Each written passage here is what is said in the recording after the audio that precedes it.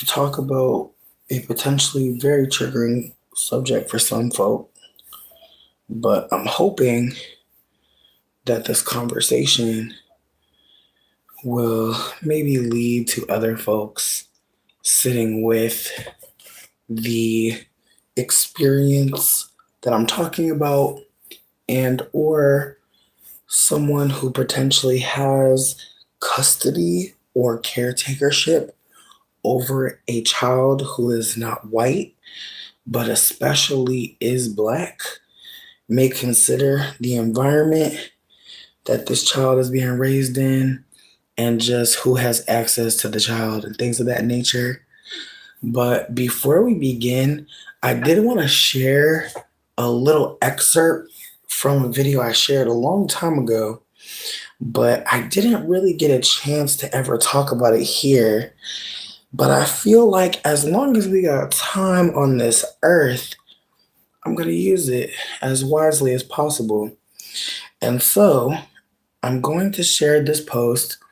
It's on my Twitter. It's a little bit far down, but if you are my friend on Instagram, you will easily see this video. But this video is important and I'm grateful that I got to see it because you know how the internet be. Like you could blink and miss something really great. But I like to think that I saw this video for a reason. I like to think that it came back to me for a reason. And so I want to be candid. I don't have a creator name for you right now, but I will get that for you at some point. I definitely don't want to play this person because, again, them offering this information, I'm grateful, but it is a heavier topic. And so I don't want anybody to feel like they got to stick around for something triggering or sad or upsetting. But this is a conversation that I'm trying to uplift because, again, it may help. It may help. You know, I'm not sure who, but it may help somebody. And so that's my energy, is trying to be a helpful elder, someone that, you know, got to be wrong and learn all the ways they were wrong, or rather got to learn ways that they were misspeaking, got to learn new language, got to unlearn some ways of thinking that were harmful. And so I think that that's something that's important to me, is to show people that, you know, you can get it wrong, but that doesn't mean you have to hide. You can definitely be saying something or believing something, and you will have to break that illusion in your mind, and it's going to take help. I didn't get here alone. I didn't get here because I felt so terrible about the ways I had operated. No, what really got things moving again is me listening to people who are still talking despite the fact that harm was being caused. And so I want us to uplift that, or hold that as the truth, that no matter how wrong we've been, you can always turn around. You always have a chance to acknowledge what you've done. There's no time limit with that. And so I'm hoping that people hold that there are going to be times where you learn new information and you actually have to break the illusion in your own mind about what you believe. Even though now the new information is challenging that, you have to be willing to do that labor. And again, you'll probably start to notice elders who just can't break the illusion in their own mind.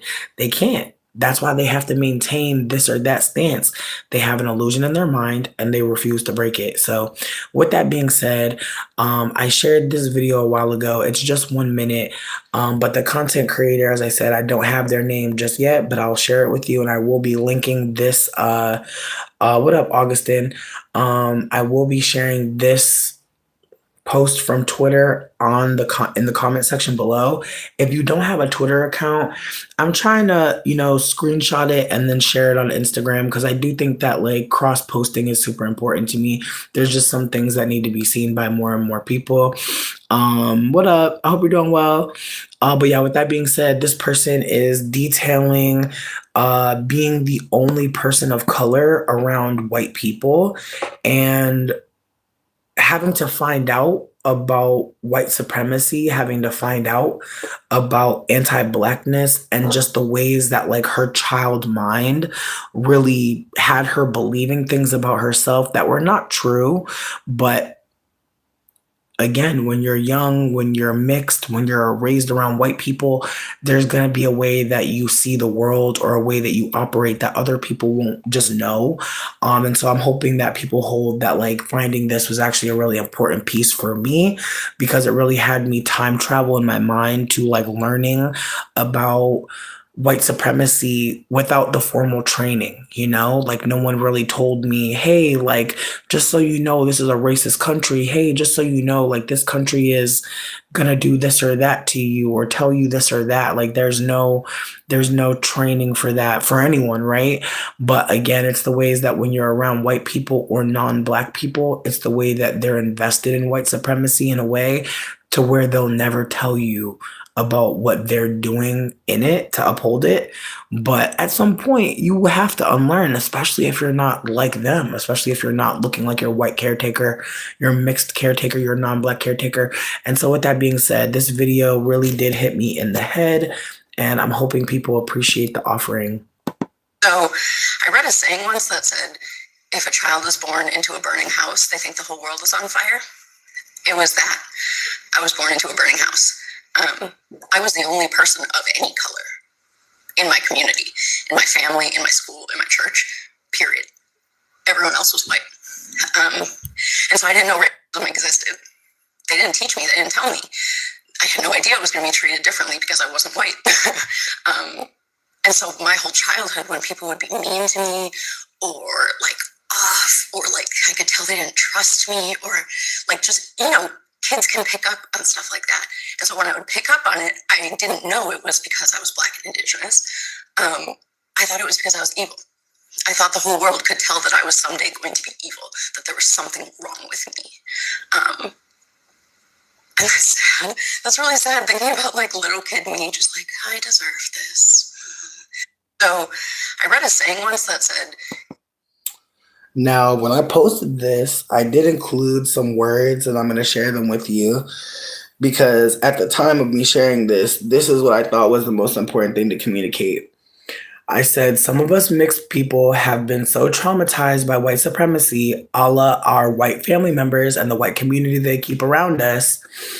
Us mixed folks who are light skinned usually are spared any conversation on anti blackness if we're not being raised by Black people. Excuse me, it is a privilege in many respects to not live in the doublethink that is a consciousness of anti blackness. I remember where I was when I learned about chattel slavery, and it was not in the home. It was at school amongst predominantly white peers. I felt everyone watching me as the lesson unfolded. I wasn't understanding why they were looking at me. To this day, I can still visualize that room. Everything felt tiny, and I could barely hear the lesson. It's like something clicked. Experiences where people were saying certain things shot through my head. I was putting the pieces together backwards. And again, I just want to be super candid that this is privileged. While it was utterly confusing, I still got to and get to live life without experiencing the brunt of anti blackness.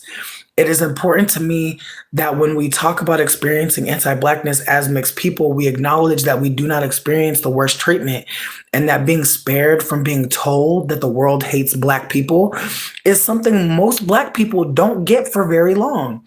My mixed family members assumed I'd assimilate like them, or because they can all pass, probably didn't think for one moment about how I'd need some kind of information regarding anti blackness.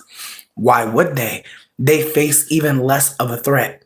And I shared that in 2023 in January. And so I want the records to show that this video was posted a while ago, but I finally got the time and the energy to come back and say anything about it. And so that's what I'm going to do. And so, just to start off, I want to name that I've said before that my mom is white passing, meaning that for a long time, I thought my mom was Black because she told me she was. And I also thought that my experiences in life was as a Black person.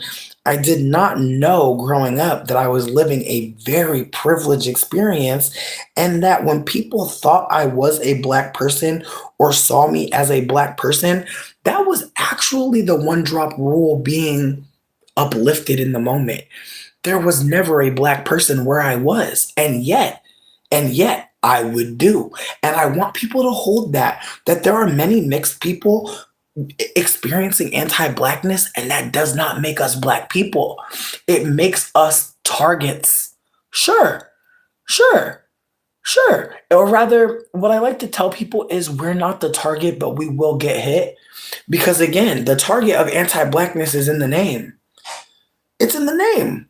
But if you're not a black person, you can still be hit by anti blackness. And it's an important thing to uplift because some people really do think that anti blackness is something that is not harming all of us. Anti blackness harms all of us. But we don't talk about it that way. We should, but we don't.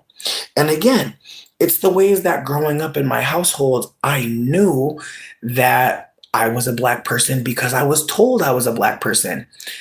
I didn't have many people pushing back on me until I was older and in the real world.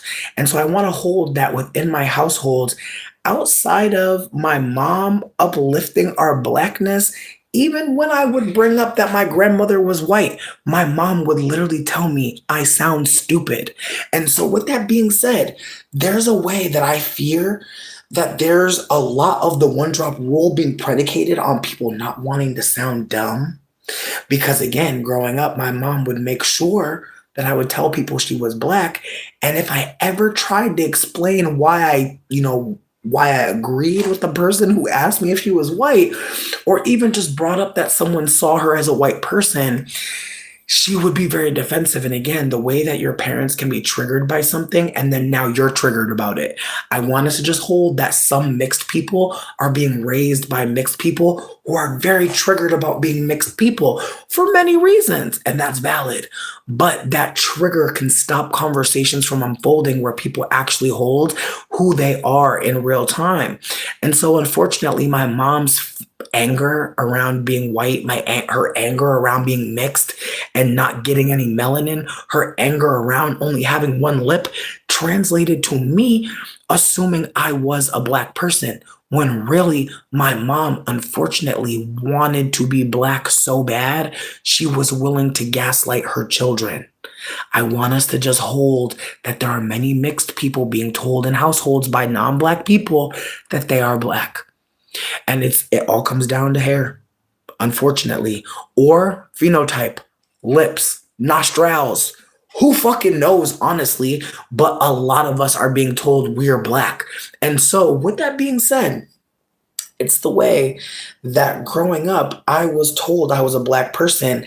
And it's awkward because it's the ways that growing up, I just remember like the way blackness was like weaponized. Like I will never forget going to this white girl's house and her dog fucking attacked me.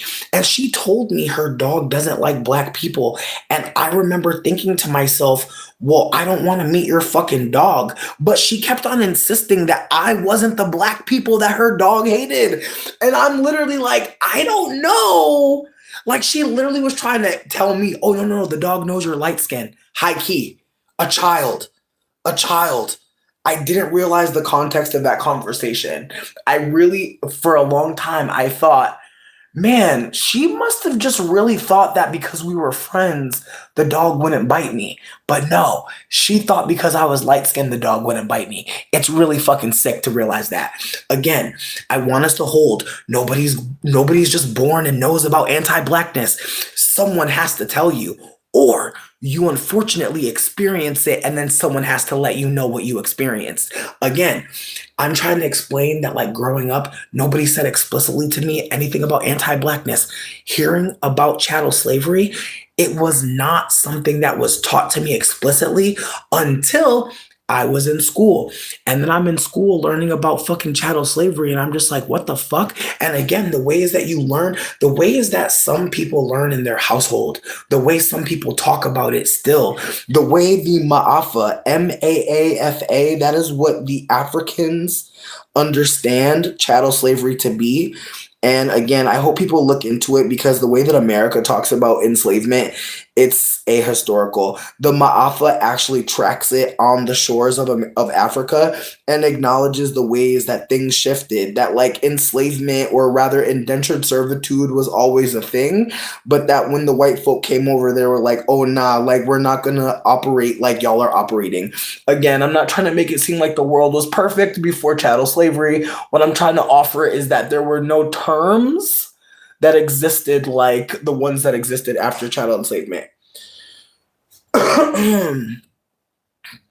No, Nima, and again, but it's the ways that like, can I tell my white passing mom that this dog, that my friend thought this dog was a colorist, and we're gonna talk about it? Fuck no. Again, to this day, I can't talk to my mom about anti-blackness. She literally won't talk to me about it. She literally is that triggered that she can't even handle a conversation where another mixed person talks about our harm collectively. This is triggering, and I'm not trying to make fun of her or make her feel like she's behind, but it's a situation where, like, as someone who's younger than her, having to hold that, like, sometimes, man, like, your mom can't really teach you as much as you can teach her. And it's unfortunate because some of us really wanted to learn from our elders in a particular way. But now I'm at a point where I realize I'm going to learn from so many people. It's okay that Tammy didn't give me too much. I think Tammy gave me just enough, honestly. Like, there's so many things I know because of Tammy. So I'm just going to hold that, like, it was a freelance mothering tutorial, that's what I'm gonna hold. But moving forward, it's the ways that like growing up, like people let me know that they were anti-black, but oh, you're cool. Like again, it's the ways that I wasn't holding in real time that people were making me an exception to anti-blackness, and I literally didn't see it that way. However, I also want to hold that like at some point when especially like I feel like after Obama era, like I just remember like just going off. Like I just remember becoming radicalized on Tumblr. I remember like once I started to really dip into like my fat politics, once I started to dip into fat acceptance, body positivity, that's really when I started to get more radicalized because again, it's like you can't go into that space and like not notice how white it is. Like you can't go into that space and not notice that. And again, it's the ways that in retrospect I didn't notice, but some of us were very much like the buffer between like having actual black representation. Like it's the ways that there were a very few amount of deep dark skinned black fat femmes that were ever uplifted to the degrees as me and a Gabby Fresh. And again, I'm not trying to give myself too much or too little. I'm just trying to offer that like there were so many black fat femmes, and there still are, that are still talking. And the ways that like some of the most listened to ones are the ones that are like, you know, like a lot of times they're towing that line, where it's like I'm not that fat, and also here's my clothing line. Again, you have to engage with a certain level of fucking capitalism to be engaged, unfortunately, and it's the ways that like I see people trying to offer content, offer all types of stuff, and like you have to get a sponsorship or else, was it worth your time to create this? And it just sucks because again, you just notice how little time we all fucking have. And so anything that you invested in it just feels so much more important now. Um Jordan, I'm screaming. See, and Nima, even that aspect of things, it's like I never, like, I want to name that, like, my mom, when my brother started getting into like gang shit, and low key, my brother started getting into gang shit because we didn't have anything as a family.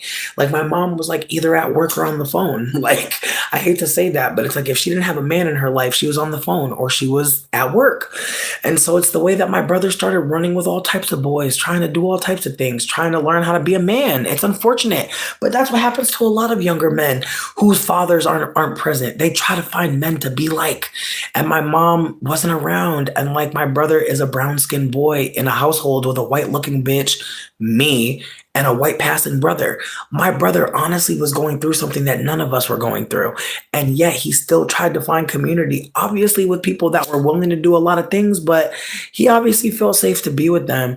And it's the ways that like my brother just started to transform between my very eyes. It was very fascinating to see him take on like this very this like I don't want to do too much, but I just feel like he was taking on this like street soldier persona. Like he was wanting to show people that he was dangerous and that like he was not to be fucked with. And at the same time, my mom is beating the shit out of him, trying to get him to not behave this way because in retrospect, she probably scared as fuck for him. But at the same time, she don't got no fucking language and she don't got no motherfucking help that's gonna talk to him. And again, I'm not trying to give my mom too much. I'm just trying to hold that like my brother was experiencing something that I wasn't. And the way that I saw it, I was just like, well,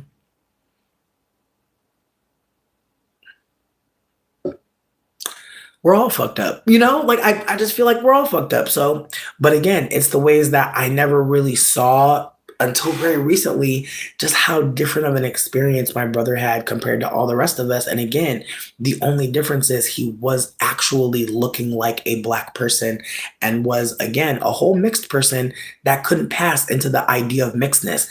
And so the ways that people automatically treated him and the ways sometimes people would be like, am I going to treat you racistly? Again, it's the ways that I've had experiences with people where at some point they were like, I'm going to just be racist to you. It's awkward as fuck because it's like it's the way that like people will shame me for being around white people, but it's like they'll discount the fact that that white person was operating a certain type of way. And that's why I was even fucking there. And again, it's the way that it's so easy to think like that person of color is so dumb for getting played by somebody white when it's like, why was that white person playing with people? Like I hate how we go to, well, you should have known instead of why did you hurt that person? We so ready to talk like the person already hurt, laying on the ground bleeding. Well, why did you believe that was a smart idea? Talk to the bitch that beat me up. Like, ask her.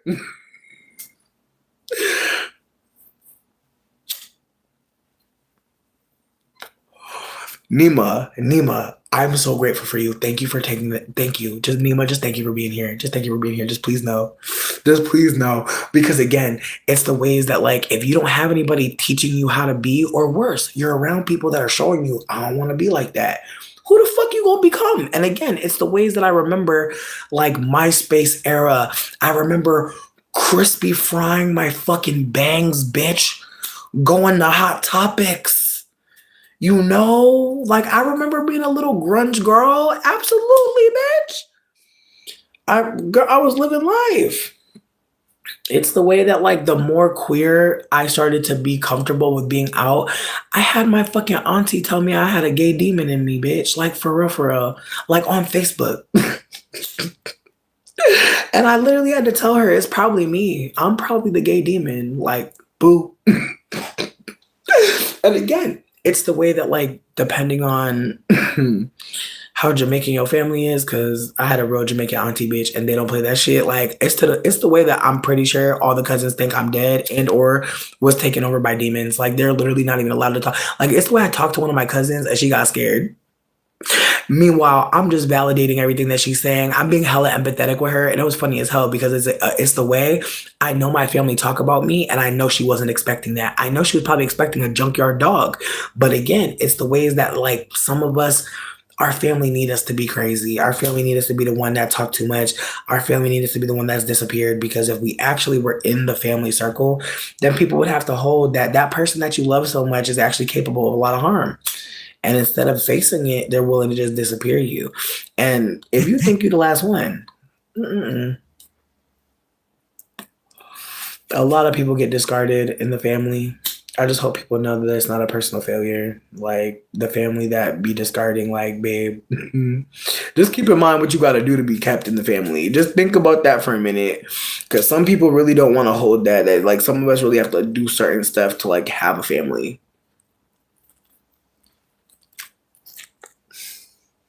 Listen, it's the way my bangs were the straightest, bitch. I had one of those velvet curling irons, and in retrospect, like I weep. Like, ooh, the way my hair felt makes me want to cry. I didn't have not one tutorial, no one to help me. It's really sad, bitch. It's really sad. And also, like having adults asking you, like, what you gonna do with your hair? Like, bitch, can you actually like do your job? You brought me here, bitch. At least get me a stylist. What the fuck? But again, it's the ways that having a white mama, being raised by white people, white passings. Like I feel like some people are really upset by me conflating my mom with like being raised by a white woman. And I just want to hold that like unfortunately for some of y'all, like the word xenophobia, the word culture vulture, or the phrase like maybe those things don't exist in your lexicon just yet, but my mom is a mixed woman who knows good and goddamn well that she has had interactions with black women that were very unkind to them. Re her. And unfortunately, she has expected black women to accept her. And I feel like that's the thing. I said this before. I feel like a lot of mixed people assume incorrectly that everyone's going to be their friend. It's unfortunate. But I remember thinking, like, why wouldn't I get along with everybody? I used to think like that. Again, I'm looking around at exoticals in my family, white people in my family, black people in my family that I think they're mixed. But again, mixed people are a fantasy. And I didn't think about that. Like we are like just like whiteness is a practice, like just like to be white, you don't have to like look white. Like let's be real. You don't have to look white to be white. You don't need blonde hair, blue eyes, you don't need freckles. There are a lot of white people that don't look white. We know that as people of color. We know that whiteness, you gotta listen. It's not just a look, bitch. Keep in mind, whiteness is not just a look. So with that being said, if we are aware of that,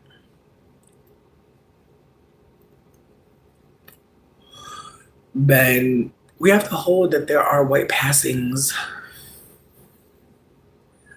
who really will make people think a lot of things are possible. It's unfortunate, but mixed people are seen as a new society, which is awkward because in my humblest opinion, I believe that before colonization, everybody was fucking everybody. But at some point, colonizers said, the white ones are the ones.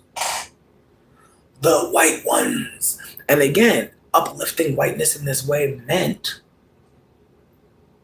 that you had to degrade somebody else. You can't uplift without. There's no way. There's no way. It's unfortunate, but there's no way. And so again, white people uplifting themselves a particular way meant that we're automatically degrading black people. Also, though, the ways that whiteness in its elevation could not maintain. Again, it's the way that if it could maintain, all of us wouldn't look how we look. It's the ways that people been mixing for a long time. True. And at this point in history, it means something to mix. And I want us to hold that as well. That in history, people been fucking. But at this point, there is an active erasure happening. That at this point, when somebody shows you, a bunch of white people as attractive, that is an active eugenic shift. And again, it's the ways that when we watch the internet, because who the fuck is really watching TV? I'm crying at Juggaloo, bitch. You're funny as fuck.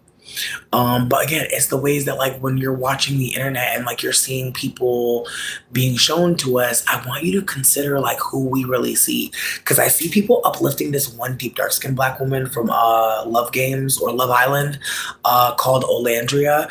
And it's fascinating because again, it reminds me of this black person saying, whenever you see a deep dark skinned person being elevated, pay attention to everything that has to look a certain way for them to get to that point. It's the way I'm seeing her at Harper on the she has a spread in Harper's Bazaar. Amazing. We love to see it. But let's also consider, are there any deep dark skinned fat black femmes you could uplift today? Because if you need some help, I got you. Like, if you really don't know where any deep, dark-skinned, fat black femmes are, I will share them with you so you can uplift them. Because it's the way that people always got time to uplift a deep, dark-skinned black femme, a black femme who is extremely thin, especially one who is pushing a very interesting It's hard to talk about it because again, I think like as someone who's happy to be fat, I think that some people will misconstrue what I'm trying to offer. But I'll say this: that when there are fat black femmes anywhere, people a lot of times have a lot of things to say. And so, with that being said, it's the ways that people are so happy to see Olandria. I would really love it if people would find someone who doesn't look like Olandria, who matches her in every other way, but is not thin. I want you to find that. Being uplifted, I want you to try to find. And if you can't, reach out. I'll share some people so you can uplift them as well. Again, it's the ways that like when we talk about like black women and we talk about elevating them and we talk about uplifting them, notice who gets uplifted. I want us to consider that yes, there are some deep dark skinned black women who are being uplifted to us because they are, they're saying really great things, they're creating really great things. But a lot of times when people go out of their way to show us a black woman, especially deep dark skin, a lot of times they'll relegate her just to a face, a body. I want us to consider who we're doing that to. I want us to listen to the black women who are thin, who are very beautiful. I want us to listen to them and listen for them to talk about fat phobia. I want us to listen for them talking about trans misogynoir. I don't think there's anything wrong with that because again, there are fat black femmes who are outspoken about these things because again, being marginalized means you have more access to hearing other people because y'all are together and having an up. So again, if there are very thin, very symmetrical looking black women out there being uplifted, we love to see it. That's not what we're saying. We're not saying we don't like seeing that. What we're trying to offer is that just like some black women don't like to see Gabourey Sidibe being uplifted, Lizzo being uplifted until she lost weight, I want us to consider how we could be doing that to other fat black femmes when we only uplift thin black femmes, when we only see it for, when we're always talking about the body is tea. Maya's World has a really great video. It's called Y'all Only Love Deep Dark Skinned Women When the Body is Tea. And it gave me a lot because it really made me look at the ways that people will uplift a deep dark skinned person as so beautiful, but it's a lot of times the same looking person. It's awkward as fuck.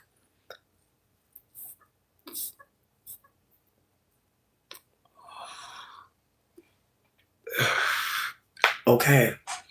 Queen, thank you so much. Again, I'm not talking for anyone to like me. I don't care. I don't care. I'm talking because one day I'm gonna be old, my pussy's gonna be gray as fuck, and I'm not gonna want to turn on the camera.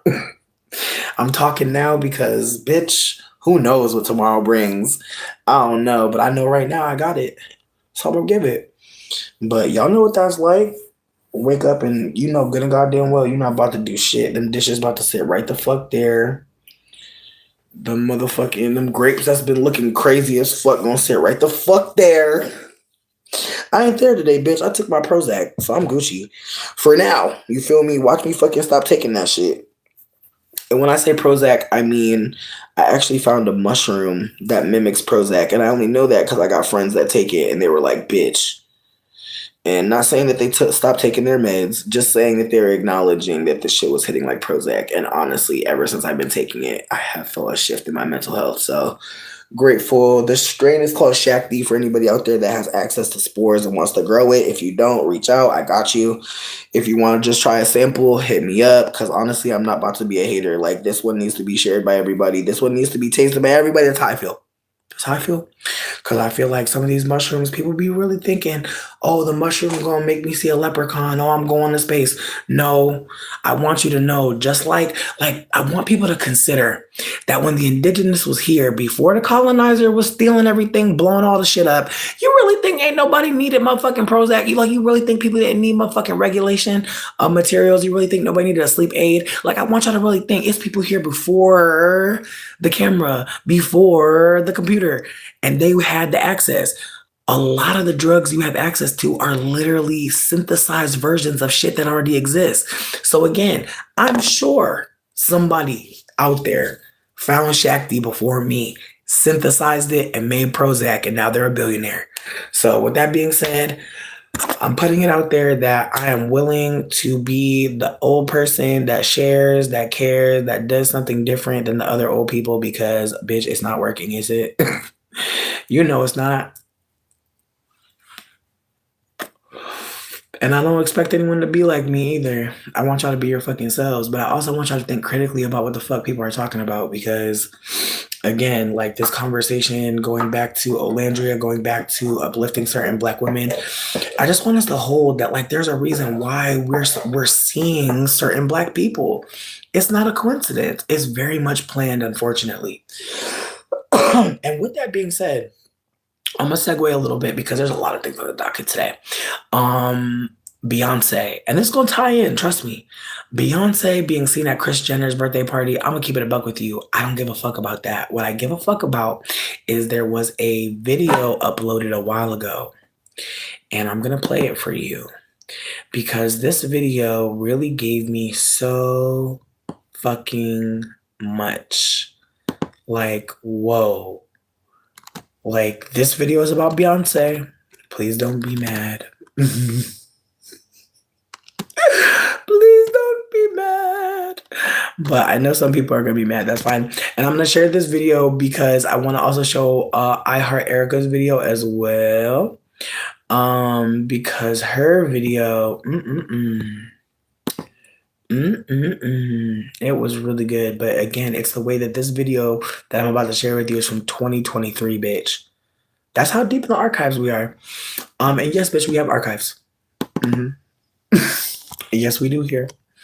Yes, we do. So if I ever talk about something and you want to find more information, it's probably on my Twitter. How cute. It's probably right on my Twitter. Let me see.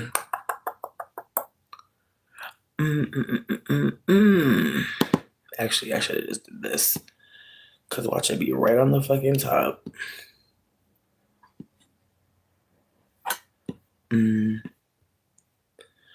Beg pardon for being ill prepared. I just shared so much stuff today that's why it wasn't right on the top.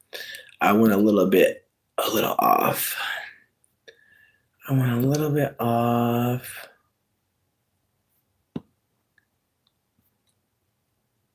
Ooh. Damn, I found something else. Sorry, y'all. But yeah, no. Okay, so the person's video that I'm trying to show you, her name is People's Oracle. She is a Black woman in New Orleans. I actually saw her in real life. She actually was creating a lot in New Orleans with other people who were Black creatives at this space called the Healing Center. If you ever go to New Orleans, check out the Healing Center. It's really fucking cool. But again, I met her in real life, followed her, didn't really think anything of it. And then one day she posted this post and it went kind of viral. And again, I'm going to link it down here. But I was really surprised at how many people engaged with it because I just didn't expect that many people to think that deeply about it. But I think, unfortunately, for all of us involved, when you talk about Beyonce, it becomes like a really big conversation, even if you don't want it to. And so, again, I found the post. This is from the People's Oracle.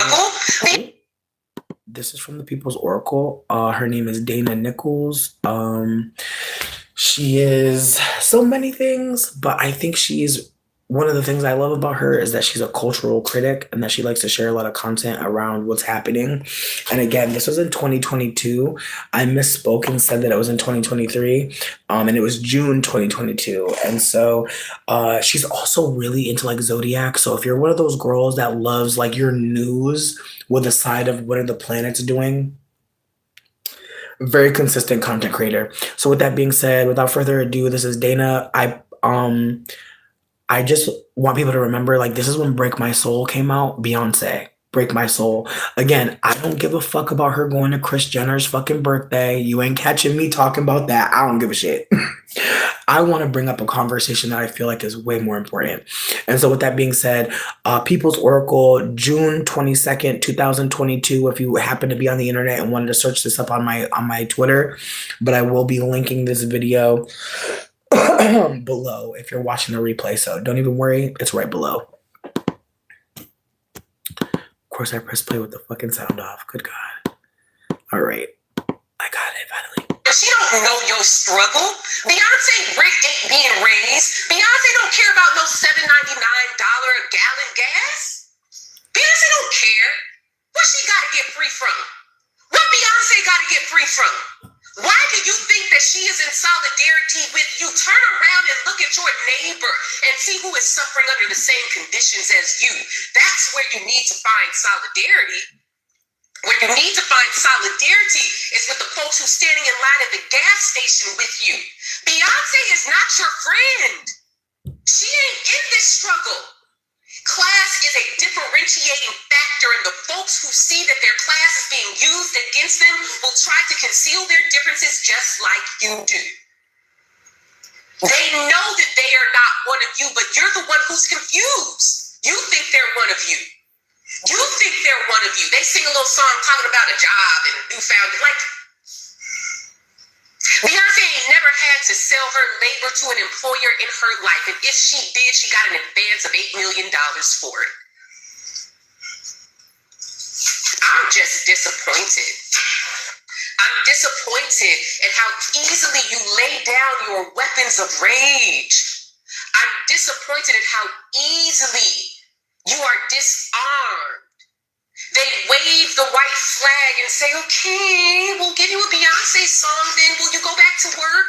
Will you stop complaining about how tired you are? Will you stop getting on TikTok and making videos about how selling your labor is a scam? Just shake your ass. Save some money, okay? You need some Beyonce tickets. Maybe you'll drive Uber.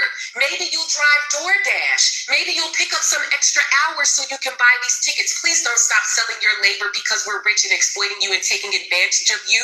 Please don't stop selling your labor to us. Please don't stop. Just shake your ass to this beat. Just dance. Just buy this box. Buy this album. Sit on your phone and wait till midnight so you can hear this song that is mocking you. You don't know who you are. You can't tell that you're being humiliated. You do not know who you are, and you cannot tell that you are being mocked and shamed and rebuked. Now, her language is pointed. I'm also going to let you know right now, she was holding a knife. She was cutting vegetables for dinner, but it was something that people named when the critique came out. People were like, why is she holding a knife? Like, the knife was more important than the critique. It was frustrating, but I just wanted to say right now, she was doing dinner. You know, she's like a lot of creators. She had other shit to do, but she wanted to let people know what she was feeling. Anyways, she did respond to the backlash, and I appreciated it. But again, the response was a lot shorter, but still important. Shut my mouth yesterday and didn't say nothing. But you know why I said something? I said something because the question is this. The question is not, our people are supposed to be miserable forever. The question is not, why am I taking your joy? The question is, why do you think that your joy needs to be bought and sold? Why do you think that your joy needs to be something that you buy in exchange for selling your labor to somebody that's exploiting you? Why is your definition of joy somebody ripping you off, charging you $40 for a t-shirt and a CD, and you ain't even got no CD player, as somebody in the comments of that previous video mentioned?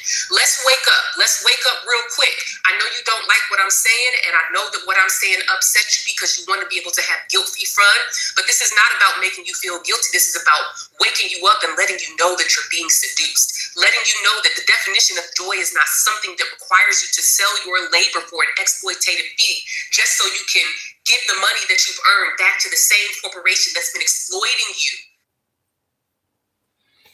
Listen, I don't expect everybody to appreciate this take.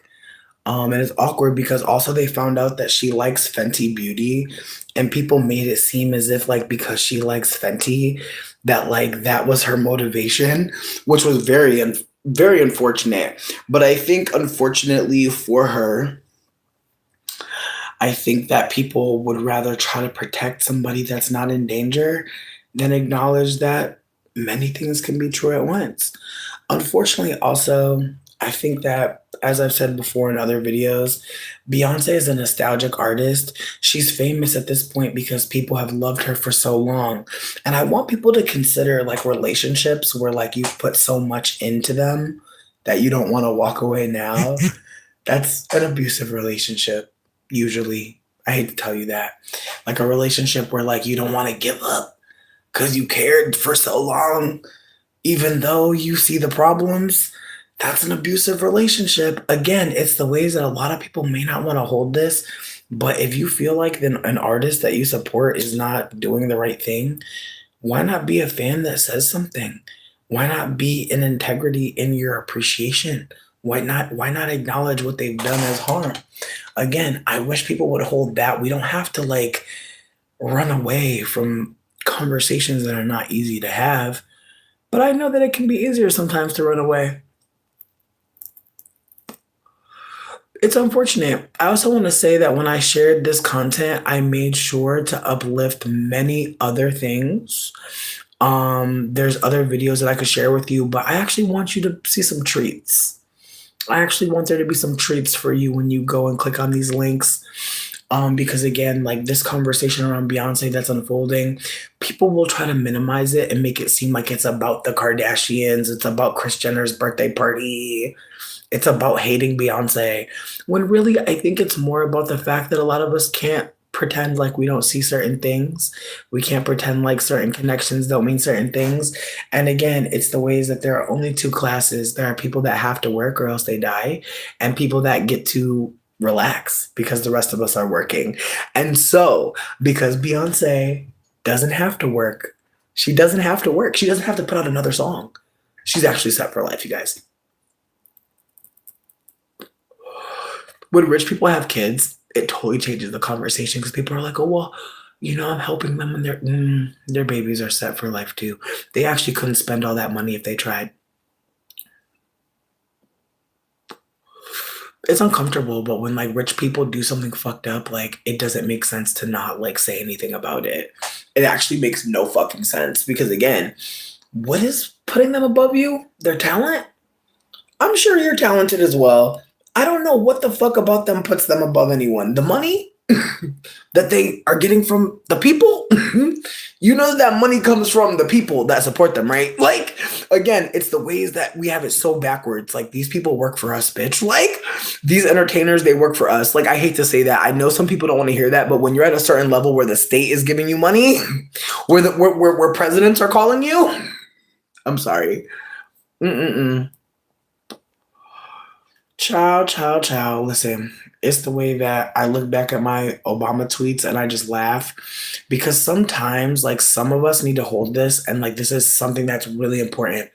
You will have a take and you're just early. It's something I had to learn.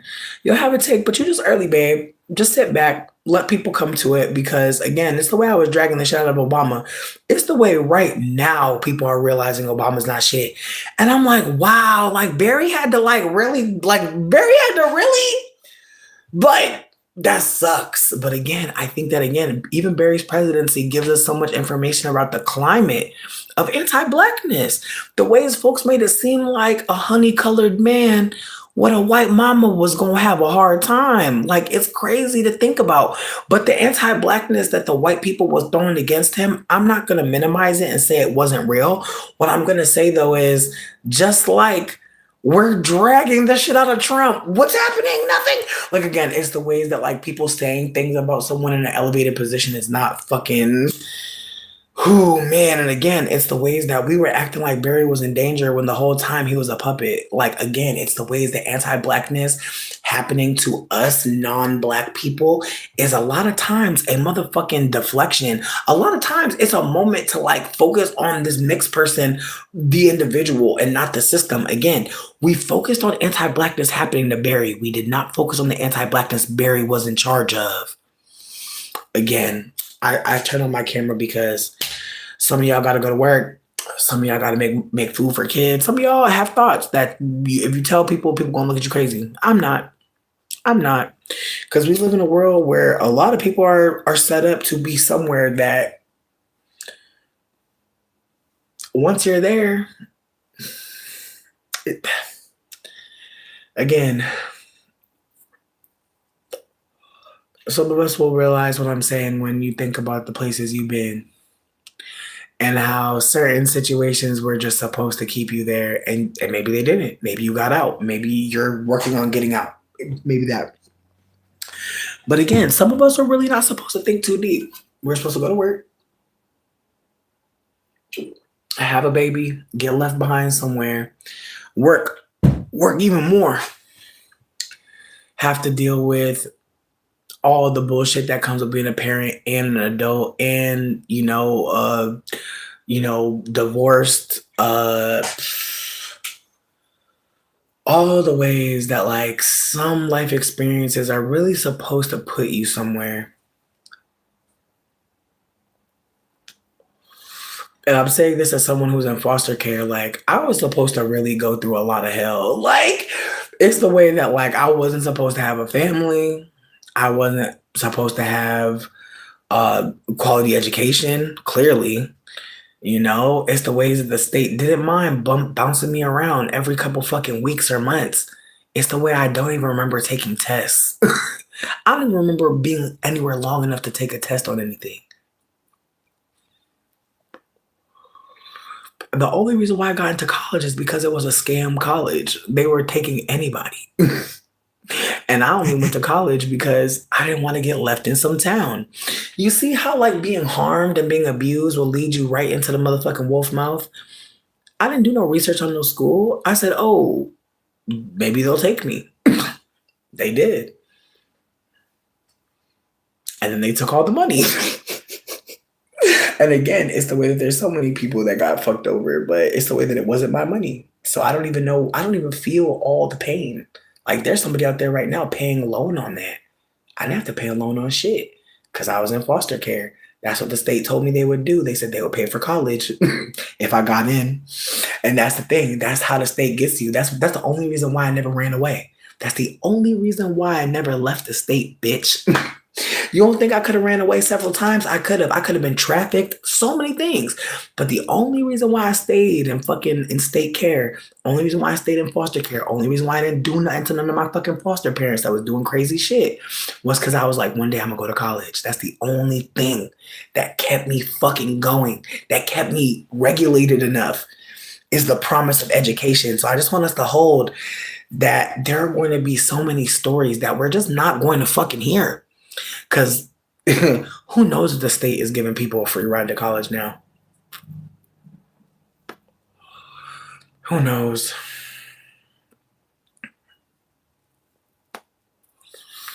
Who knows if there's any incentive to stay good? And when I say stay good, I just mean hide and don't tell on your fucking your social worker or your fucking or your foster parents. But again, it's the ways that like some of us were supposed to be stuck somewhere with some people that don't treat us good. Some of us were supposed to learn how to drive. Some of us were supposed to never get a car. Some of us were supposed to never get out of the country. Again, I want you to consider this is an organized motherfucking attack. 50-year mortgage, baby, they're spelling it out for you. Pay attention. They don't want you to move for 50 years. They need someone to be here for 50 years. They need that. I want you to consider why they would want someone locked into a house for 50 years. Like, what job could you have for, like, again, it's the way that like everyone is trying to figure out what the fuck all this means. And I'm just trying to give you a little shortcut. We are at the end of history, meaning that when we record time as a group of people, we oftentimes include these big events that are by the state. Events that happen that are important to you and me, they're not a part of the collective time, but they matter, don't they? So again, we're leaving this idea that the only time we should be tracking is white people's time, destroying the earth. That's what's happening. And that's why there's a big fight. We're leaving the idea that we need to watch a man or wait for a man. We're taking control over our own communities. I want folks to look into non-hierarchical stewardship because that is where I truly believe humanity needs to go next. And I'm only saying this as someone that's just been studying history and just paying attention to new information that's coming. But non-hierarchical stewardship is when multiple people are leaders. When not just one person is the person that we look to guide us and lead us. I think at this point, I think we all realize that we need more than just one person talking, right? There's so many perspectives to consider. And so I hope people consider that as well. Now, I know I started off this video talking about like learning about anti-blackness. And again, I shared that Beyonce video because I want people to consider that at some point in history, somebody told Beyonce, like, yeah, we're mixed, but we're black. Someone told you that. Just like at some point, somebody told me that. Somebody told me, yeah, but you're black still. At some point, someone does that to mixed people. And I hope people know that you don't have to be that person. You don't have to tell people that they're black when they're mixed. You don't have to be that one. You don't have to debase blackness. And I know. There are so many elders telling me they don't know when it changed. And I want to tell you right now, I don't think that matters as much as seeing young black children on the internet writing, asking, what did black people do? Why is the world anti-black? That question is what fuels me at this point to do anything, is knowing that there are young black children who will go on the internet one day and will see the way some of us non-black people have chosen to behave. Because at some point we have to acknowledge how we're choosing to be. There are so many black folks offering us so much information that we could never say that there's not more info on the subject. There is, and it's findable. A lot of it is tagged, and these people deserve to be uplifted, which is another reason why I'm very frustrated at people not uplifting my content, because it's not mine.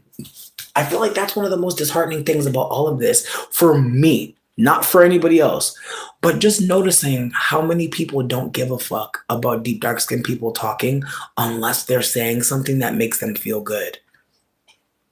That's something that was really, really fucked up to notice, that unless a black person is engaging in being a mammy, engaging in being an Uncle Ruckus, engaging in being the wrong kind of black person, it's fucking crickets. And that shit is fucking depressing. There are black folks that are engaging in Afro surrealist thought, Afro pessimistic thought. There's just so much out there. And it's the way people will really beeline for a fucking photograph of a goddamn cat. And I understand that the cats are cute. We love the cats.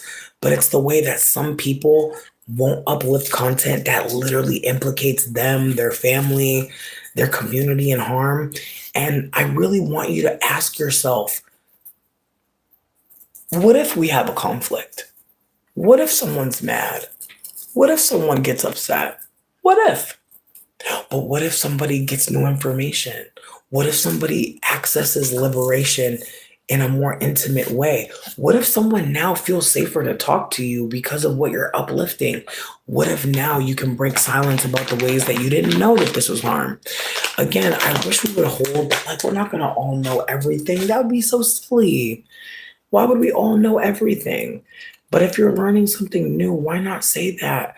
Allow yourself to be new publicly, please. I need people to uplift that they didn't hear this before and they're grateful for the information. I need that so badly, because I've just watched people uplift content that's so fucking meaningless. And again, I don't give a fuck if people feel like I'm being judgmental. I am. There's some meaningless ass content out there that people love to share. But let a black person be detailing anti-blackness for the collective, for themselves, for their records of life. And it's the ways that we won't share in that. And it's so fucking annoying to me. Because again, I'm not saying a lot of anything a lot of times. But the amount of times people will really like, like sometimes it just annoys me that like when I was saying like really goofy ass shit, and I'm not trying to be mean to myself, but there were times where I was saying really goofy ass shit. And people really were like, this is such great content. And it's like, it wasn't. It fucking wasn't. But again, it's the way that like uplifting content on anti-blackness, especially massage and war, and the ways that people really or the ways that people will operate like I want to fight with them. Just the way that people project anger onto you. Like, again, I know as a lighter skinned person, this is nothing new for deep dark skinned people. I'm listening. What I'm trying to offer is I had no idea that uplifting what the oppressed are saying would somehow mean that, like, I'm angry, which is very fucking hilarious to me because it's like, I am. I am angry, but like not in the way that you're trying to utilize to fucking harm me and black women, bitch. And again, me trying to just keep my tone measured. Woo, I know someone here knows exactly what the fuck I'm trying to say, but for my mixed friends that are still palatable, still benefiting from being light skinned and being assumed to be a good one, bitch. Oh man, it's the way that I like look back at certain content. I just look at the ways that like when I first started being like really candid about the ways that I've been complicit in harm and the ways that people would just like tell me I'm so angry. You're so angry. And it's like I'm annoyed. I'm annoyed that like again, it'll be moments where a case in point, Kiki Palmer was talking about how Pam was treated on Martin, and or Tachina Arnold was treated on Martin, and everybody was going so hard to be like, you know, Kiki's mentally unwell, and it's like, even if Kiki is not mentally well, that doesn't mean anything right now. Like you bringing that up is insane, actually. Like that's the unwell thing to me. Like if we're gonna point out what's unwell, it's looking real unwell to me for you to be making it seem like someone browner skin is somehow like just talking out of their ass because they're seeing harm happening to a dark skinned woman. That's weird as fuck. But again, it's the ways that there were so many people joining in on that conversation. And when I popped up and was like, hey, like this is actually abusive, there's actually harm. The way people are like, shut the fuck up. Blah, blah, blah. It's just like, whoa, like okay, so like you're not even open to hearing that you're causing harm? All right, cool. Again, I'm uplifting this to show that like I don't want to ever make it seem like I'm team like any particular person. I think that unfortunately, like we live in a world that is so anti-black. Um it wasn't just Ari though. It wasn't just Ari. You're saying Ari, but it was also Kiki. Like, I think it was both sweets. Mm-mm-mm. Hold on. Cause I know it was Ari too, but I'm pretty sure Kiki got dragged like right after for saying similar things. Let me see.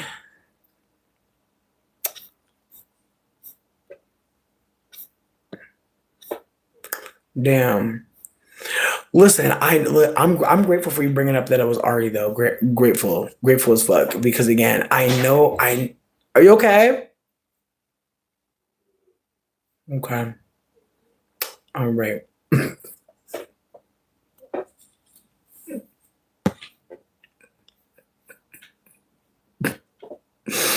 I'm sorry. I'm so sorry. Okay, yeah, no, I think I was actually really wrong. Thank you so much. Thank you for correcting me. I don't know why I brought up Kiki. I just know Kiki just got dragged for something. Oh, the fried rice shit. That's what I was thinking about. Excuse me. But yeah, no, but Kiki, we're gonna just segue away from Kiki. Thank you for so much for interjecting on me saying Kiki instead of Ari. I meant to say Ari. I definitely fucked up. I definitely was thinking about something else. But as I was saying though, people were making it seem like Ari had mental health issues because she was talking about the show Martin and the colorism and the harm that was unfolding. And again, it's the ways that in that moment, in my opinion, it made sense to uplift that she's not crazy and to show other moments where deep dark skinned people have broke silence about this, where other folks have broke silence about this, where it was uplifted other places. But again, it's the ways that like people will really take a moment where somebody deep dark skin says something as the moment to like go in on them. And again, there are moments where I've uplifted things and people have celebrated me, and I didn't just know this content. I didn't just have this information. And again, it's why it's important to me to uplift sources, where things are coming from, because who knows, maybe you following that person, you uplifting them, you supporting them, you talking to them in person or outside. Like, who knows? I've met people from the internet and like we were just, random people. And the next thing you know, we're meeting in real life. I've like gone different states to meet up with people just off of talking on the internet, which has been wild but exciting. But at the same time, like you really never know what a connection can be off the internet. And so I'm really hoping that people consider how we talk to each other, how we uplift conversation. I know that I'm probably someone that people will think it's hilarious that's talking about this, but I think that that's an important thing. Like I've definitely gotten it wrong. I've definitely been caustic as fuck. I've definitely been very reactive to new information. I did not like being wrong, but I'm at a point where I realize that there's no such thing as necessarily being wrong. I think it's more about like how we have different perspectives. We're coming from different lenses. We have new information. But was I always there? Was I always in my window of tolerance to deal with every interaction or conflict? Fuck no. And I regret that. I really do, because I feel like unfortunately there are going to be people that want to like get me back to that point where I'm just like crashing the fuck out, and I don't want to go there. So I'm hoping that I can maintain my regulation, but it's taken time. It's taken listening to critique. It's taken watching my content back and noticing that I don't want to talk to people crazy. But have I? Absolutely. And I've learned that that's not what the fuck I want to do anymore. And so again, I'm hoping people can hold that it's never too late. If you don't want to talk to people crazy, I hear you. What are you doing to make sure you regulate? What are you doing to make sure that that doesn't happen again? I just want us to consider we can be preemptive. We can say that we want to do stuff, but what are we doing to make sure that don't happen no more? How are we making sure are we getting help? Are we getting help? That's the crux of this. Are you getting help? You heard that you was doing something, your behavior was connected to a system. Are you getting help? I just want to encourage everybody to get help, because we all deserve it. We all deserve to be supported. We all deserve to have people that show up for us. And honestly, you cannot lose everybody. No matter how many people may not be able to stay for the transformation or stay for the breakdown, who knows? We're in a retrograde though, so just keep that in mind. We're in like a 5-planet retrograde, which means that people are coming back. Jupiter in Cancer, people are coming back. Just pay attention, friend. Pay attention. There's people coming back. If you could talk to them again, what would you say? What have you learned? You want to keep on being like that? You want to keep on going through the same situations, the same kind of conversations? How can it be different? What can we do that's different? What can we do that people might not expect from us? What can we do that'll show that, we actually are in our window of tolerance? We can actually handle a conflict. What are we going to do?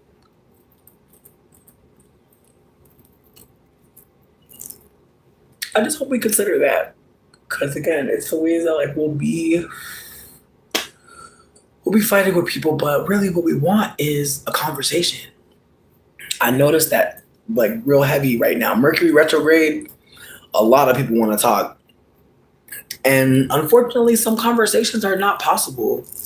Like some conversations are not possible right now, and people still want to have them. I rolled this poorly. Don't buy these. Don't be like me. I wanted to have an extra long joint. Don't be like me. These are not good. They give you way too much power. I should not have this much paper. It is not good. I am not happy as a consumer.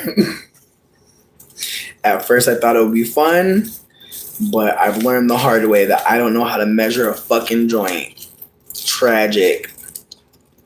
So you end up fucking missing out on most of the paper because you gotta roll up the shit twice. I feel like the paper is low-key thinner than it usually is. It's burning real weird. I feel like I'm being played with. Got me go back to motherfucking raw blacks or something. But I think I just need to go back to my regular elements. But these rolls are not good. Don't do it. Don't do it. Don't be like me. This sucks. Pure dick. Weed getting all burnt. Like the fucking paper burning faster than the weed, bitch. It's not good. It's not a good experience. Like usually I collect my paper and go. I ain't never had to light this shit and suck in.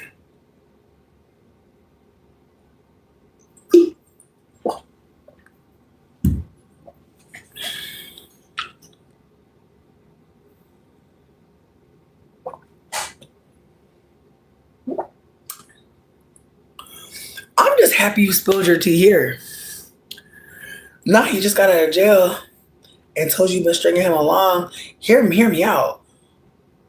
What could you have been doing while he's in jail? Like, I'm just like, girl, like, what did you expect me to wait by the phone? Like, was you like no shade? Was you hitting the JPEG?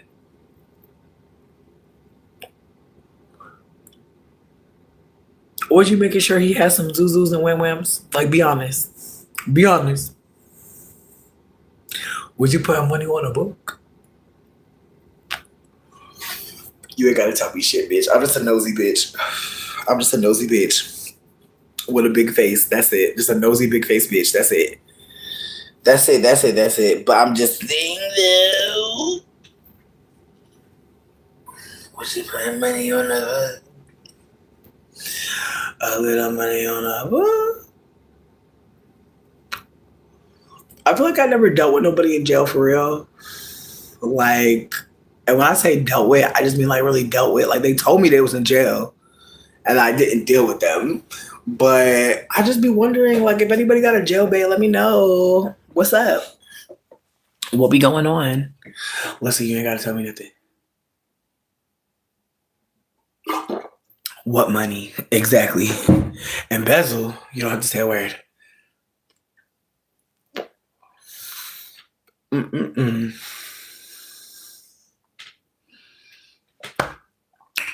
Not you answered the call, bitch. I'm screaming. You're like, hold on now. Answer the JPay line. I certainly did answer the JPay line, but you're like, I didn't put no money on the book. Damn, not searching divorce papers in the jail. Well, thank God for you. Hear me out though. Like, can I be messy and just ask, like, was he doing like a lot of mess and that's why you divorced him? Like, did you divorce him in the jail because you were like, let me protect my assets? Was it a situation like that, or was it like, girl, I might as well move on because you're in jail? Like, was it like, were you already hoping that his ass like something had happened to him, and then by the time he got to jail, ooh. I hate to hear that. I hate to hear that for real. I hate to hear any of that. That's fucking tragic. I mean, I feel you though. Cause like, what are you gonna do? Like while he in jail? The fuck? Like, I wouldn't expect nobody to hold me down in jail. I literally told Dane, I was like, if they ever get me, you don't know me. I literally told him, I was like, if I ever get got, like, I don't know you, you don't know me, bitch. The fuck? I'll be like, I'll be like, who? I literally told him, I was like, don't claim me. Run. The fuck? But I'm not a hater though. I feel like some people really expect you to hold them down and like be there. It's like for what? Bitch, I'll find me some jail friends. Trust me. Trust me. One of these white people out there, one of the white people on the outside that fuck with me gonna put some money on my book. I'm not worried about it, honestly. I'm gonna be okay. But again, I'm not about to like act like, anybody should have to like deal with what you got going on with you. See, and that's even wilder. And hear me out, like him being hooked on drugs, like that sucks. That's fucked up. But once you get addicted, you start robbing folk to get your fix. Like, damn, I hate to hear shit like that. Cause I know what it's like to smoke a roach. I don't know what it's like to rob nobody for no weed. I ain't never been there, but damn, that's rough. I did rob people for food though. So I don't want to play. Like I definitely did run off on a couple pizzas, bitch. Let me know.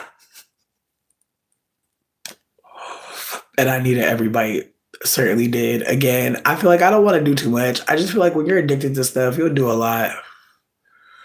You'll do a lot. Like I feel like on some addiction shit, I feel like one of the most addict shit that I ever did was bitch, I smoked the blue paper out the pack. I'm not saying no more. If you don't understand what that means, that's great. But for those of y'all that understand, bitch, I smoked the blue paper, ho. Couldn't even wait. But Loki, I seen somebody smoking the fucking a page out the Bible. I was like, that is fascinating. Cause I don't feel like I'm better than them, but I was like, good God. Mm-mm-mm. I feel like the blue paper, at least the cousin of a paper that you could smoke. Like I just feel like that was my thought project, my thought process. But I personally feel like why not make the blue paper smokable, goofies? Why give me a blue paper? Why waste one of my papers telling me that shit? Why don't you make a paper I could smoke that says this is number 6 out of 5 that's left? Like, why not do that?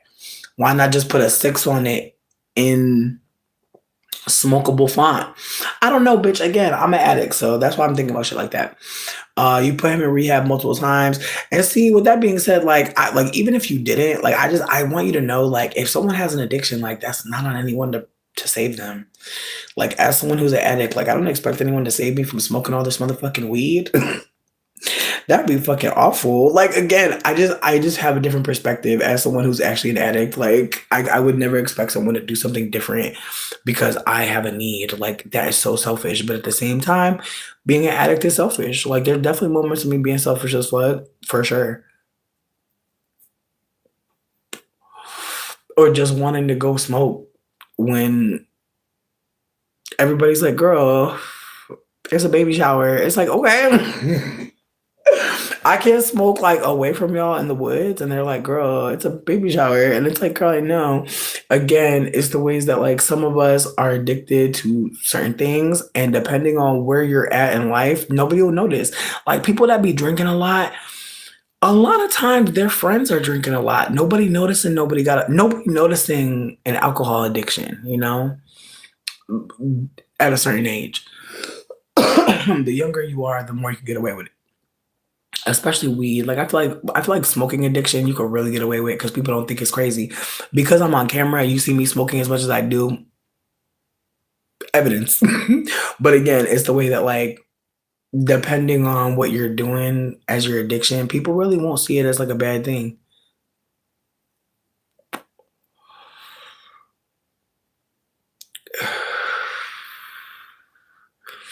I mean, he probably had a lot of shame, but I'm glad that like you disconnected from it because again, like if somebody goes to jail, like what can you really do relationship wise?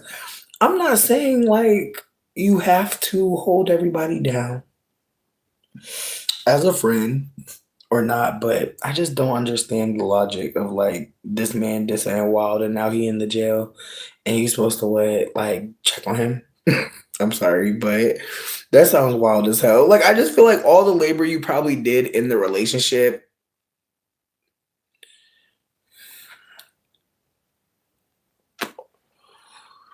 Word, listen, Diva, I'm glad you're talking about it here because again, it's the ways that like when people are addicted to stuff, it can be so hard to talk about it because there's such a stigma. And like, do I feel bad about being an addict? No. Did I used to? Sure. Sure did. But I realized that I'm the person that's hurting myself. So I have to really disconnect from the shame of doing that shit. I have to hold that like I'm not just smoking because I want to smoke. Sometimes I'm having anxiety and I haven't learned how to cope in a better way. But if you're not being nice to yourself, it's gonna be really easy for you to, lie to people, hurt people, treat people like shit. And there's just so many layers to how things could go. So I just want to put it out there that I'm grateful that you're breaking silence because when people are addicts or people are doing drugs, people really make it seem as if like that person is just like a demon or some shit. And it's like, no, they probably don't have all their needs being met or they're going through some shame, a lot of layers to why people get caught up in drugs and things like that. So I just want to put it out there that being an addict is not a failure. I think the failure is on our society to actually hold our experiences as whole, real experiences and not as us just being people that can't get right. Because again, a lot of times addiction forms because you're coping, you're healing through, or rather, you're trying to get through something. And so I'm sure like there was something that both of y'all were trying to get through. Again, I'm sure y'all both have your own ways of coping, and I think about the ways that like you know for some people they cope with some food. And so people like look at their body and think, oh, well, they must be a food addict. Like they must be addicted to being fat or whatever the case may be. Like people look at certain people and just decide that they like this or that thing. And so when you're an addict and you talk about it candidly, you say like, oh, I've been actually doing this. I've been actually doing that. It really takes some of the power back in being the person that's talked about because again, it's the way that we talk about people being crackheads, people being meth heads, people being smoked out, people being just all the things we talk about. And again, those people are people that gotta wake up and go to work just like you, gotta wake up and take care of kids. And I just think about the ways that like when you're an addict, people really talk about you like you're a fucking zombie in the street roaming for fucking other people's shit. And the reality is there are a lot of people that are addicts that are in your family right now in your living room, like inside of your, at your family reunion at the church. Like there's all different types of ways addiction expresses in the body and all the different types of ways it can perform. And I think about the ways that like I'm like super addicted right now to this one website. And like the ways that I've been trying to cope with not being on it. Like I've been trying not to be on it as much because I've been trying to just, accept some boundaries. But it's the way that like not being on that app really has me just stressed on another level because I miss it, but I have to hold that, you know, I want attention. And so now I'm looking for it in places that I really want it.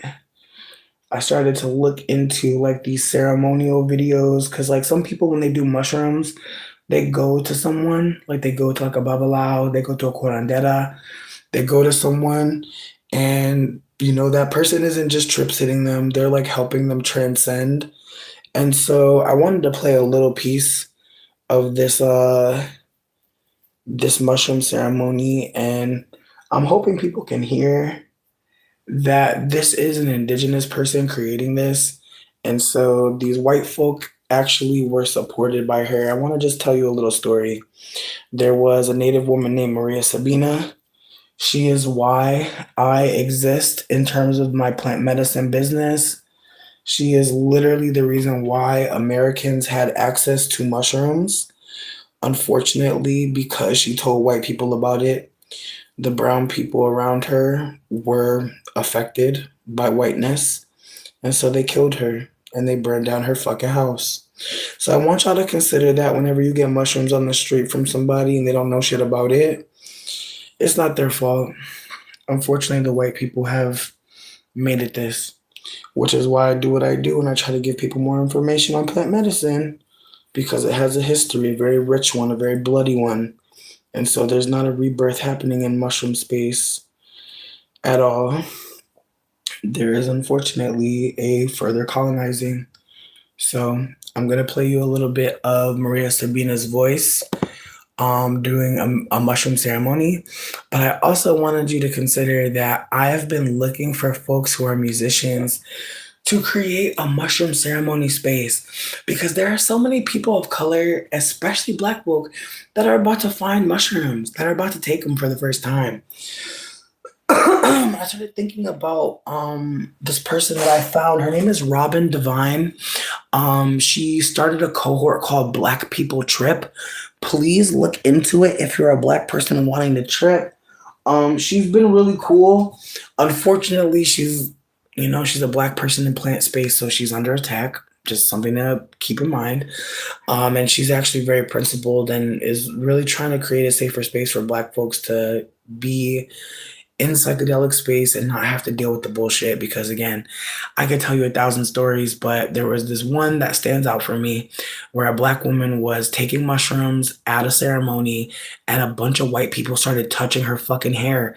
And she was in the middle of a fucking trip and she was very angry, but at the same time, it was all these high ass white people. And so she didn't feel safe to say. And so her trip went really poorly because, again, she had white people doing things to her that someone should have stopped. There should have been someone there to intervene. And yet, not one person thought anything that was happening was fucked up. And so she held that for a long time. And we only got the story years later when she finally felt safe to talk about the harm. So I want us to just consider that as people that are non black, that there are going to be black folks that want to do stuff. And if we're around and we're up, okay? White people, you're up. Nobody black is alive to fucking protect or take care of any space. We're up, okay? So if you see something fucked up happening and that's gonna require you listening, you're up. It's time for us to talk. Again, it's the ways that some of us are operating like we're just flies on a fucking wall. We're not. We're a part of this. We're all connected. Meaning when we see, hear anti-blackness, uplift it, but also disrupt it, intervene. Again, I'm saying all this to say that Maria Sabina's voice is important, but there are so few black folks creating content where we can hear their voices through any kind of chant work, any kind of meditation work, and it bothers me greatly.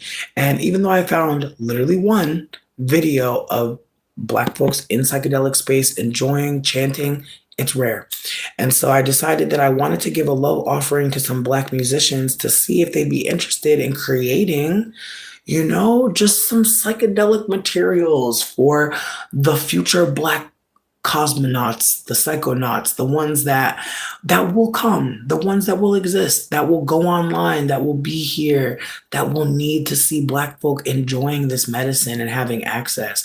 And who knows, by sharing the medicine, maybe these folks will start their own collectives, their own ways of protecting each other through plant space. Who fucking knows? But I know that every time I share the medicine with somebody black, something really amazing happens. And I'm not saying that when I share it with non-black folks, amazing stuff doesn't happen. What I mean is that we're in a psychological experiment. Many black folks are unfortunately having to hold that way before the rest of us. A lot of us are catching up. And so with that being said, because so many black folks have had to figure out what the fuck is happening here to survive, their minds a lot of times are working a dual consciousness. With that being said, the mushrooms erode consciousness and allow subconscious thought to come through, meaning things inside of you that you might not have the language for in the colonizer's tongue. I want us to consider that. The way you can understand me right now took a lot of death. Bitch, without further ado, I'm gonna play the music.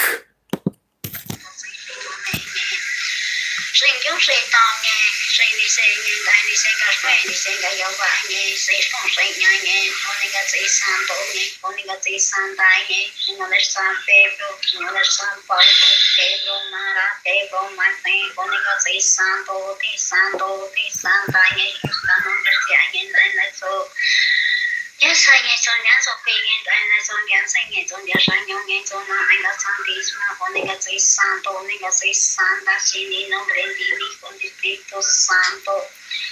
This one's a little bit low. I'm gonna play the first one. That one was called San Pedro. This one's called Shijon Naka. Again, this is what indigenous people were using to communicate, what they were using to call ancestor. I want us to just consider the ways that we can understand each other right now. This is a part of a psychological operation to make us speak one language to get our fucking money, but also to understand what the fuck we're talking about, which is why when black folks created AAVE, African American Vernacular English, it was a covert attempt to not be understood by the colonizer. It's why everyone adopting AAVE as some sort of cultural shift is actually problematic, but also a part of acknowledging that black folks are running the culture, and yet they're not being celebrated. It's honestly very obvious at this point that people value everything black. as more important than Black people. Like they value all of these things that again were created out of inspiration, created out of legacy, created out of ancestral veneration, all of these other things and not the people. Again, I'm off topic slightly, but not really.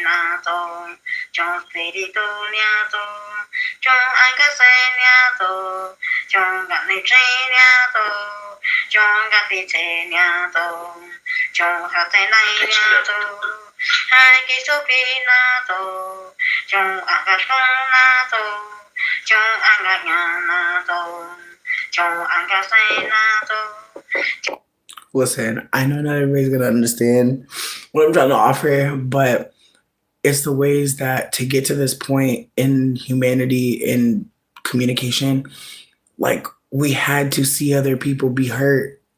We had to see other people be shamed. Like the ways that that language develops, the ways that we can talk like a fucking news reporter, the ways that people know when to talk a certain way, when not to talk a certain way.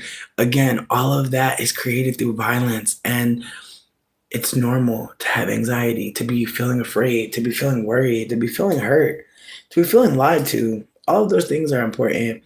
But again, I know that I started off talking about learning about anti-blackness, learning about, learning that I wasn't white, learning that I, didn't deserve certain experience,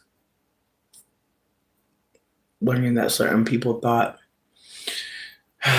learning what certain people thought about Black people because they knew I wasn't Black, the way certain people expected me to be joining in, the way some people expected me to be one of those, or to be engaging in what they projected on me as a light skinned person, the ways people expected me to be engaging in colorism with them and engaging in not liking or treating deep dark skinned people poorly with them.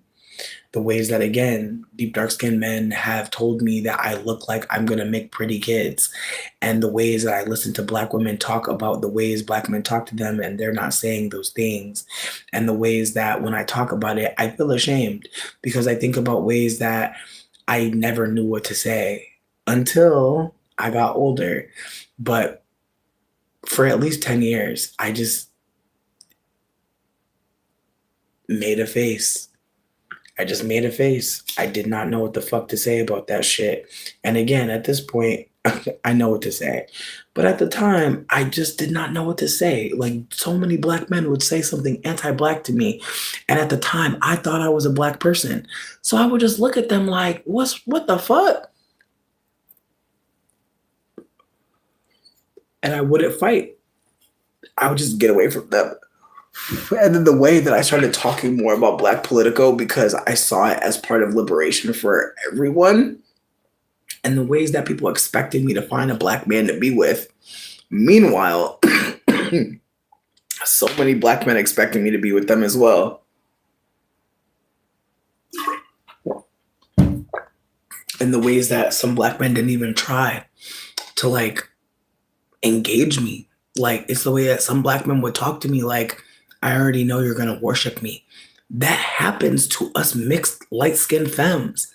That is a reality. There are black men that assume I'm going to like them or be with them or want to be with them. And it's awkward because I'm hearing when I listen to black women, there are so many black folks that expect a black person to be with a black person simply because they're black. And it's awkward because, again, what people are not really hearing when they're doing that is that they assume that every black person is going to be compatible in every way with every black person. And that is very presumptuous. And I want people to consider that there are reasons why people like people that obviously have nothing to do with how they look. However, there are many reasons why people will look at people and decide you're for me. And one thing I want us to remember is that lookism, looking at someone and deciding things about them, that favors lighter skinned people, that favors white people. It's called propaganda. The idea that anyone ever thought I was going to be a nice light skinned girl, which I've heard a lot, is propaganda. There's no reason for me to be nice to anyone. I mean, I don't want to do that. I'll say this. I'll say that like there's no indicator that I'm going to be nicer than anyone else. But yet people will use lighter skin to assume that we're going to be nicer, kinder than who? Then who? Again, we have to ask more questions about why people are saying certain things because some of it, a lot of it, is anti blackness disguised as a compliment, disguised as a way for you to think you're bettering yourself, improving yourself, being a good one. And again, the ways that I learned through listening to non black people that there was a certain type of black behavior that we don't like, a certain type of black person that we don't appreciate, and the ways that people to this day will still make it seem as if there are some black people that are just not good. And again, it's the ways that that also hinges on white supremacy. If we're ever thinking that there's some bad black person not to be like, it literally puts us all in a position to where we're constantly performing for who? Who are we trying to be good for? Again, I want us to just consider language and what it does and where it takes us. And when we say certain things, what we're trying to really say versus, what people are hearing. Because again, I can say so many things up here and they're going to be read all different types of ways, which is why I watch my content back because sometimes I have new things to say about an old thing I said, which I think is really important because again, we're going to never stop learning. No matter how old you get, you'd be surprised how much new stuff you learn every day if you allow yourself to be open. But again, getting back to the topic at hand, unlearning anti blackness means acknowledging where the fuck it started to fester, where the fuck it started out. And again, it's the ways that growing up, none of my elders taught me about white supremacy. Nobody said, hey, white people are going to at times treat you poorly because of their limited view of who black people are. And that projection on you should not affect you because you should remember that you are exactly who you are and there's nothing wrong with being you. Like, I never had that experience growing up. I was constantly told, we're in a new world. And I feel like this is like the most important part of the video. Mixed people get taught we're in a new world. I hate to tell you that, especially if you're a black person and you haven't heard this. Mixed people get taught we're in a new world. All the people gonna be beige. Again, I hate to say this, but like the amount of times people would be like seeing me and be like, I love mixed people. I wish I didn't have to say this. I wish I didn't have to say it. But the amount of times people would see me with my mom, my dad, and they'd be like, I love mixed kids. Again, it's the way growing up people would tell me all the time. Mixed people are so beautiful. Just out of fucking nowhere, I would literally be eating soup and I would hear mixed people propaganda all the fucking time. And again, because I'm being told by my white passing mom, you're black, I'm assuming that my job is to just be like, thank you. Again, again. I'm assuming saying thank you makes sense. Why? Who's telling me that? Nobody. Nobody. But it's an uncomfortable moment. So I'm trying to make it move faster. Thanks. Maybe you'll leave me alone. I don't know. Again, as I said, having a white passing mom telling me that she's black and then being with her and people looking at me being like, who's that white woman? And then me asking her and her telling me I'm stupid. Again, this is a conversation that must be had because there are so many people operating as if, oh, that person is just light skinned. No, they're white. They're white and they're gaslighting many people. They're gaslighting their children, who's going to gaslight other people. When you tell someone she looks white, but she's not, you know what that does? That actually debases who is black. That actually changes who we see as a black person. And it also makes it to where us mixed people become ambassadors of blackness, trying to tell you about the wayward one drop rule. It literally turns people who would just be regular people into professors of the entomology of mixed people. Again, I really hope people can hold that being a whole mixed person to me means acknowledging that anti-blackness is why these conversations matter so much, not because mixed people are so important. We're really fucking not. But the ways people are using us, very important to talk about, because mixed people, a lot of times we really don't have any allegiances. And unfortunately, because of white supremacy, a lot of us are avoiding being the bad black person, especially if we're being raised by people who are telling us we are black. We're spending a lot of time trying to be a good one. It sucks to say this, but a lot of mixed people are being socialized to be the good black people. We got to talk about it. We got to talk about it. We have to talk about it. It's important. We're being socialized to think that we're going to be the good ones when really we are a part of the assimilation. We're a part of assimilating into whiteness. I want people to consider that. I want people to look into Brazil. I want people to look into Argentina.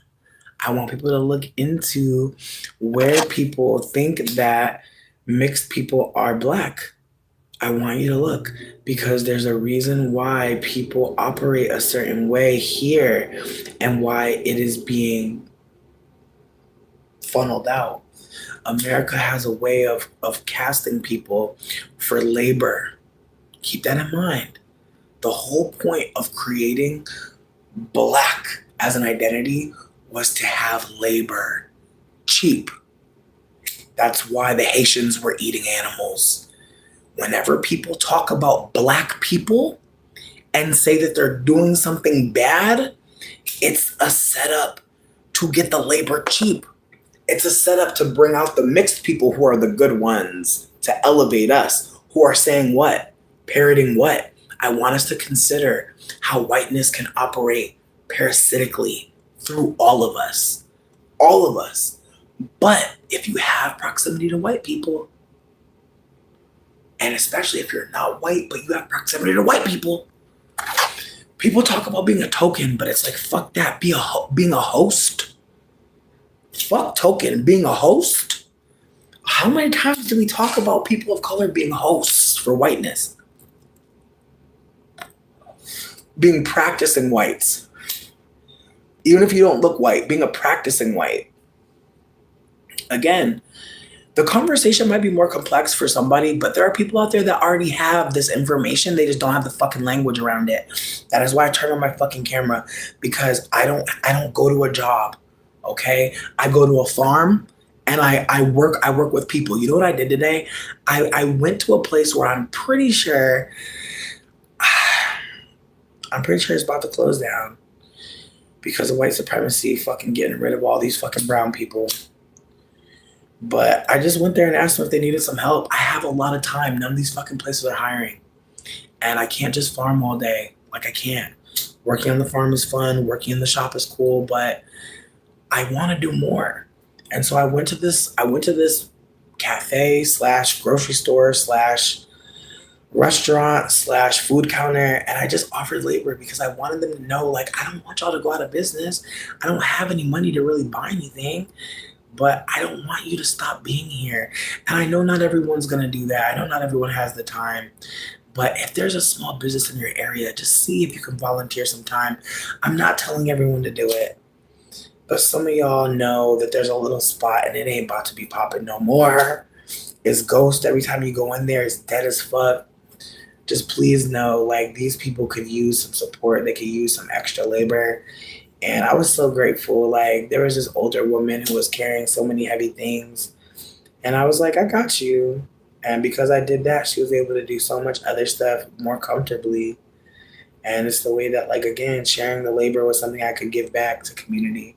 And it's also a place that I really love to eat at. And it's one of those places that has affordable amounts of things. Like, I just feel like sometimes buying a whole new pepper mill with like peppercorns in it is like insane right now. But just buying a couple peppercorns to replace in my grinder, I can get that there. If I need a lemon for under $1, I can go there. Again, it's the ways that there are some places that are still offering you produce that's better than Kroger, Meyer, any grocery store in your area. Just look for the small bodega. Look for the small place that's importing um, their own from their own people. Again, I know some people don't want to hear it. I know. I know some people are falling for the bullshit, thinking that America's gonna be first because they're kicking out all these people that have taken on the labor that a lot of us don't want to do. But I hope people know that, like, it's the colonizer. It's not people coming here illegally. That's not the issue. Some people really don't want to hear that though. And it's unfortunate. It's like I see so many people looking for a scapegoat, looking for someone to say, that's who's wrong.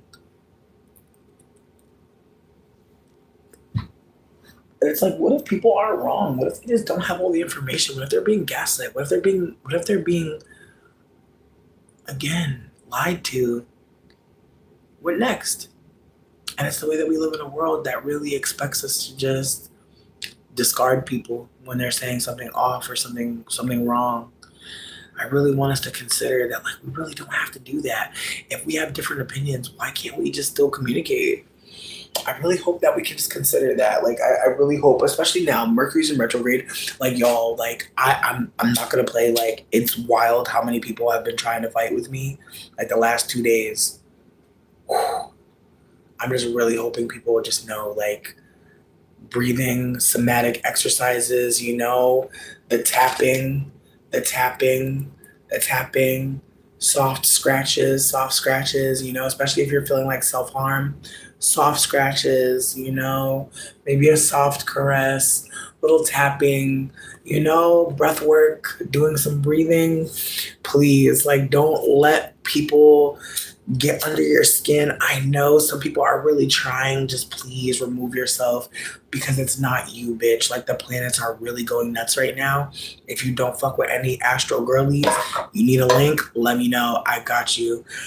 With that being said, we're in Scorpio season and I really want to do another Scorpio reading about what is dead. I really want to ask that question again because I think the last time we asked it, I think I kind of just like let people do whatever. Um, or rather, I think the last one I was kind of like, let's do whatever. But I think moving forward, I think on some Scorpio shit, I want to ask people or have people ask the cards what is dead, um, and then what is still alive. I think that's one thing. I'm trying to think. I feel like we'll do it tomorrow. Lowest of keys, I'm also trying to get like the Sunday dinner going again. Like, I know I kind of dipped on the Discord and it's nothing personal. I just feel like, as I was saying, like, I really want to talk about non-hierarchical stewardship because I didn't want it to be like my Sunday dinner. I wanted it to just be like if somebody wanted to hang out on Sunday, there's a place. And now I feel like I have to do a little bit more to curate that with people. So I'm trying to find some people to collaborate. If people are interested in like hosting a space online, my thought process is like a lot of people are stuck at the house. It costs $50 just to go outside. So I wanted to create a space where like, maybe we could do like a dance party, where somebody can DJ or we could all DJ. Everybody plays one song, and we try to just get a vibe going. Like who knows? But I was just trying to think about the ways that like we're all online so fucking much and like where do you get to just be an individual? And sometimes this person on Twitter hosts like a space and bitch, I be fucking dying laughing. Like if anybody is still on Twitter and wants me to tag them whenever this girl opens a space up, she's a sex worker and she's really fucking funny. And it's a mixed company. Like there's women, men, trans people. But I'm really interested in like just again sitting up in there more. I don't never say nothing either, bitch. Like I be typing. I don't talk. I just listen because again, there's so many funny ass people in there, and they are just regular ass people. But yeah, with that being said, that's my timer. I'm gonna go. I love y'all so much. Thank y'all for spending time with me. We'll talk more about this topic because I feel like I didn't get it all out, but I feel like I did want to bring up the Beyonce thing because it made sense too. But I feel like I have way more to say, obviously, bitch, obviously. But we'll be back for part two. Probably not on this topic this week. I feel like I want to do the tarot space like before I finish this one out, just because I want some more time to marinate on this thought. But I'm trying to think. Maybe. Ooh. I was asking Sierra if they wanted to do a bonfire, like a digital, and now I'm thinking maybe that'll be like the tarot, Like I'll set up a bonfire and we'll like hang out with the fire. I'm gonna have to really be intentional about it because it's about to be cold outside, bitch. But with the fire, I'm gonna bring me some hot dogs, I'm gonna bring me some s'mores. So I think it's gonna work out. But yeah, I'm thinking that might be my next one. But I think, dude in the backyard said I could use the fire pit. So I'm actually gonna bother his ass and see what's up. Cause I really don't want to go too far if I'm just roasting hot dogs and shit and doing tarot cards. I want to be able to just like go into my house after that, and it's like 2 blocks. Anyways, thanks for listening. I'll be back on the fire pit and tarot cards. Love you. Bye.